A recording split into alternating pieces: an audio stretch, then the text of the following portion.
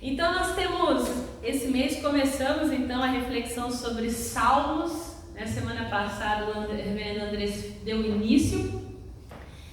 E aí eu queria lembrar você que o livro dos Salmos é um dos maiores tesouros que nós podemos ter, que Deus concedeu ao seu povo. E o livro de Salmos, antes de mais nada, é um livro de poemas. São músicas, né? A gente às vezes, nem todos têm a facilidade musical, né? Mas os salmos eram geralmente cantados no encontro, nos encontros, nos cultos de adoração a Deus, né? Eu não tenho essa habilidade, alguns têm, né? Mas a ideia é essa. E no salmo nós temos vários tipos de canções. E nós podemos identificar alguns: lamentos, ações de graças, hinos de louvor, hinos de celebração, de sabedoria. Tem o que a gente chama de hinos de romagem, que era quando o povo de Israel subia para Jerusalém louvando. Temos os chamados salmos reais, que são os salmos de Davi, e os salmos que você deve lembrar da semana passada, imprecatórios, né? Que foi a nossa primeira reflexão. E hoje nós vamos falar então sobre os salmos de lamento. Então esse primeiro salmo, esse salmo que nós vamos ler é um salmo de lamento. E eu gostaria de convidar você a acompanhar comigo. Senhor, como tem crescido o número dos meus adversários. São numerosos os que se levantam contra mim. São muitos os que dizem de mim: não há em Deus salvação para ele. Porém, tu, Senhor, és o meu escudo, és a minha glória e o que exaltas a minha cabeça. Com a minha voz clamo ao Senhor, e ele do seu santo monte me responde. Deito-me e pego no sono, acordo porque o Senhor me sustenta. Não tenho medo de milhares do povo que tomam posição contra mim de todos os lados. Levanta-te, Senhor, salva-me, Deus meu, pois fere nos queixos a todos os meus inimigos e aos ímpios quebras os dentes. Do Senhor é a salvação, e sobre o teu povo a tua bênção. Palavras do Senhor. C.S. Lewis, falando sobre salmos, afirma que o que precisa ser dito, né, contudo, é que os salmos são poemas. E poemas existem para serem cantados. Não são tratados doutrinários, nem mesmo sermões. São poemas. Os salmos são a expressão do coração humano para Deus. Como nós, como seres humanos, devemos nos expressar diante de Deus. Então, quando nós pensamos em lamento, eu não sei se você se pergunta primeiro, o que seja lamentar? O que é lamentar? E aí, de várias definições, uma que eu gostei muito é essa. Lamento é o que acontece quando as pessoas perguntam por quê e não obtêm uma resposta. É onde chegamos quando superamos nossa preocupação egocêntrica com nossos pecados e falhas e observamos de maneira mais ampla o sofrimento do mundo. N.T. Wright é um dos maiores estudiosos, né, de Novo Testamento da atualidade. O fato é que estudiosos inúmeros aí do Antigo Testamento estipulam que 2/3 dos salmos sejam salmos de lamento. O povo que lamentava, né? E você é preocupado se você está lamentando ou não. Só que muitos desses salmos, eles estão inseridos numa compilação que a gente chama de louvores. Como assim, lamento com louvor? Agora ficou meio confuso, né? O fato é que pode parecer estranho, mas com uma coleção de tantas queixas, pode ser considerado um louvor. Já parou para pensar nisso? Porque eu não sei você, mas eu reclamo bastante, né? Como a gente reclama, mas afinal então qual é a diferença de reclamação, de queixa e de lamento? Porque pra gente não parece mais ou menos a mesma coisa, tá tudo junto, misturado, né? Mas aí eu queria aqui refletir com você que o contexto de queixa ou reclamação e lamento são diferentes. E é aqui que a gente precisa entender. Primeiro, vamos trazer a memória, lá no deserto. Israel se queixou a Deus sobre o quê? Falta de pão, carne e água, tá lá em Êxodo 16, 17. Eles assumiram o pior de Deus. Deus quer nos matar. Foi isso que eles concluíram. Então as pessoas, elas foram assim, de uma forma bem dramática, né, nesse contexto, retiradas lá do Egito, salvas do Mar Vermelho, por um Deus que disse que queria salvá-las, mas agora quer matar. Né? Colocaram Deus como vilão da história. E as suas queixas eram, na verdade, um modo de colocar Deus em xeque. Ou seja, eles estavam tentando a Deus. Nesse sentido, isso é reclamação. Mas os salmos, aqui a gente tem um Israel que pede a Deus que responda sim às suas demandas, mas de acordo com o seu amor inabalável. Porque Ele é um Deus de justiça, Ele é o Todo-Poderoso, Ele é o Deus de retidão, Ele já foi fiel no passado, por que Ele não vai ser agora? Então, quando a gente olha para o Israel do deserto e para o Israel que está aqui prestando adoração a Deus e questionando Deus das suas lutas, das suas dores, das coisas que estão acontecendo, a gente vê que não é um Israel que acusa Deus, que questiona o caráter de Deus, mas é um Israel que faz um apelo a Deus baseado na confiança do caráter de Deus. Consegue visualizar a diferença de queixa e lamento? E aí, se a gente for pegar os salmos, então, de lamento, a gente vai ver que tem uma estrutura. E aí a gente vai ser bem rápido nessa parte aqui, mas para você entender um pouco, a gente tem todos, na maioria deles, um destinatário, uma queixa, a confiança que o salmista tem de que Deus vai fazer a partir do seu caráter, a libertação que Deus dá, o descanso na segurança e um louvor. Eu louvo a Deus então, eu dou graças a Deus pelas bênçãos do passado, na confiança de que Ele vai fazer, e já louvo a Deus porque eu sei que, mesmo que Ele não o fizer, Ele continua sendo Deus. Basicamente é isso. E é o que a gente tem aí no Salmo 3. A gente tem um destinatário, né? No versículo 1 e 2, o salmista ele descreve os inimigos e como a sua situação parece sombria. A gente tem uma queixa, né? A segunda parte, então, do versículo, o salmista o destinatário é uma oração simples, direta, né? Sem rodeios. De quem está numa situação difícil, é assim que funciona, né? Você não fica lá botando flor, você vai direto ao assunto. Aí você tem a queixa, né? O que está acontecendo, ele apresenta, os inimigos são muito, estão vindo sobre mim. A gente tem a confiança, então o salmista afirma quem é Deus, e ele sabe que Deus responde às suas orações, e ele protege o seu povo em situações desesperadoras. Depois a gente tem o quê? A libertação. O salmista pede socorro.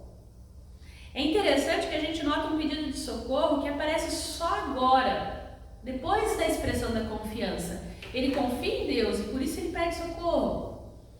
Isso indica, sim, que a confiança no caráter de Deus independe da resposta. E aí a gente tem segurança, né? É uma metáfora aí, né, que significa que Deus vai resolver os problemas, mesmo que a solução não seja o que o salmista espera.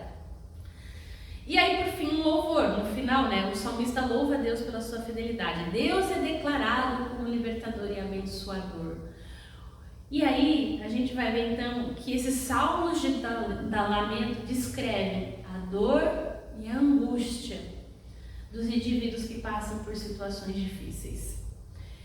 Nós estamos aqui diante de um salmo de lamento em que a gente poderia dividir o salmo de talento entre individual e comunitário. Esse é um salmo individual, né? O salmista está lamentando por si, por uma situação que ele vive. A gente vai falar mais sobre essa situação daqui a pouco. O fato é que, mesmo estando na estação da Páscoa, que nós estamos celebrando a Páscoa ainda, e talvez você me questione, mas dizer, nós estamos na Páscoa, época de celebração, de festa, e você vem falar de lamento? Sim, eu e você vivemos situações diferentes, situações de vida, né? Que a priori não tem soluções. E que quando a gente questiona por quê, a gente não tem resposta. Refletindo sobre esse salmo, e os salmos de lamento, eu estava lá diante da cama hospitalar do meu pai essa semana. Essa é a luta da nossa família essa semana, né? Meu pai internado. E talvez você esteja diante de situações em que você vive em que você não tem solução. Você pergunta por quê? Ou é uma doença, ou é um relacionamento que você não enxerga solução, ou é uma dificuldade familiar em que ninguém quer dar o braço a torcer e você pergunta por quê e você não encontra a resposta. Ou seja, uma situação em que você está vivendo individualmente, que você se questiona e não sabe por quê. Quantas dificuldades? Às vezes financeira. A conta não fecha no final do mês, né? Parece que está sempre correndo atrás do vento, nunca dá. O fato é que eu e você vivemos situações difíceis. E situações, quando nós perguntamos por quê, não tem resposta. E a única solução para nós é o que a Bíblia apresenta: lamentar. Lamentar. Existem situações em que tudo que a gente pode fazer é sentar e lamentar. Não tem como resolver, não tem o que se fazer. O salmo de lamento, assim, eles são uma parte tão importante da Bíblia que faz a gente lembrar que a gente pode e deve expressar as nossas emoções, as nossas necessidades, os nossos sentimentos, sejam eles bons ou ruins, para Deus. Então, o lamento é um caminho para a intimidade com Deus, né? Afirma Glenn Parker. O lamento é um caminho para a intimidade, porque a gente só pode se abrir de fato com quem a gente é íntimo, seja na terapia, seja no aconselhamento pastoral, seja na família. A gente só abre o coração para quem a gente tem intimidade. Então, o lamento é um caminho quando a dor toma conta da nossa vida. E é interessante porque o lamento também é uma forma de nós participarmos na dor do outro. E isso é maravilhoso, porque o lamento não é apenas para aqueles que sofrem. O lamento é para aqueles que são solidários com o sofrimento do outro. Nós amamos o nosso próximo quando nós também permitimos que a sua experiência de dor se torne também substância para a nossa oração. Quando a gente ora pela dor do outro, pelo medo do outro, pela doença do outro, pela dúvida do outro, pela situação inusitada que o outro chegou. Porque a gente é tão cheio de solução para a vida do outro. Muitas vezes a pessoa vem falar alguma coisa e às vezes a gente já está pensando na resposta, a gente não escuta apenas. E quando a gente escuta o outro, a gente vê que a gente não tem solução, nem para a gente nem para o outro, senão a oração. E a oração é uma forma de participar na dor, no lamento do outro. E isso é maravilhoso como Deus faz, porque o estranho ato aqui de perguntar por que Deus abandonou, porque o salmista questiona também o abandono, porque quando a gente está sozinho, quando dói, a vida dói, viver dói, a gente questiona que a gente está abandonado muitas vezes, porque a gente não sente a presença de Deus. Deus está lá, mas a gente não sente, a gente sente o abandono, a tristeza, a dor, o sofrimento. E nesse questionamento, Deus vem respondendo. E às vezes a gente acha que só a gente sentiu isso. E a gente esquece que o próprio Jesus na cruz sentiu isso. Você lembra o que Jesus orou na cruz? Salmo 22. Foi o que Jesus orou lá na cruz. Salmo 22. Jesus estava lá na cruz para morrer a morte vil, vergonhosa. Jesus ora no Salmo 22. Deus meu, por que me desamparaste? Meu Deus, por que me abandonou? Jesus. Assim como eu e como você. A sua morte foi a última oração em solidariedade a nós. Ele tomou sobre si as nossas dores, as nossas dúvidas, o nosso abandono e pregou na cruz.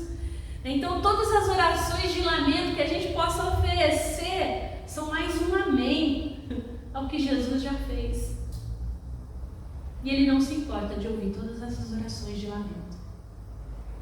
Então quando a vida está difícil, ore, lamente, porque Deus se importa, porque Deus ouve. O Salmo 3 é um dos salmos de Davi. Poderíamos dizer que é um salmo real, mas não no sentido em que a gente vai ver como é um salmo real, tá? Mas Davi, ele está nessa ocasião fugindo de seu filho, Absalão, quando ele proferiu essas palavras. E aí, se você ler um pouquinho lá, trazer lá 2 Samuel 3, 13, toda a história, Absalão era o terceiro filho de Davi, o irmão de Tamar. Lembra o que aconteceu com Tamar? Ela foi a irmã estuprada pelo meio-irmão Aminon, o primogênito de Davi. Família fácil, né? E ao saber disso, o rei ficou muito irado, Davi ficou bravo. Mas sabe o que ele fez? Nada.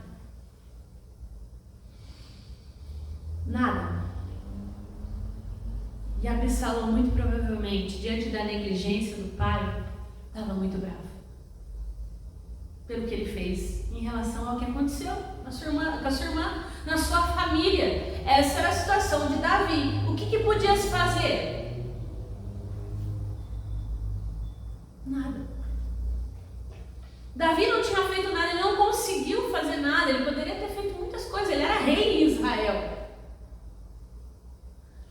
E Absalão então tenta organizar lá uma espécie de rebelião contra o seu pai. Se você acompanhar depois a história, você vê que infelizmente ele morre nessa rebelião. Davi foge de Jerusalém, enfim, uma família super fácil, situação super tranquila, né?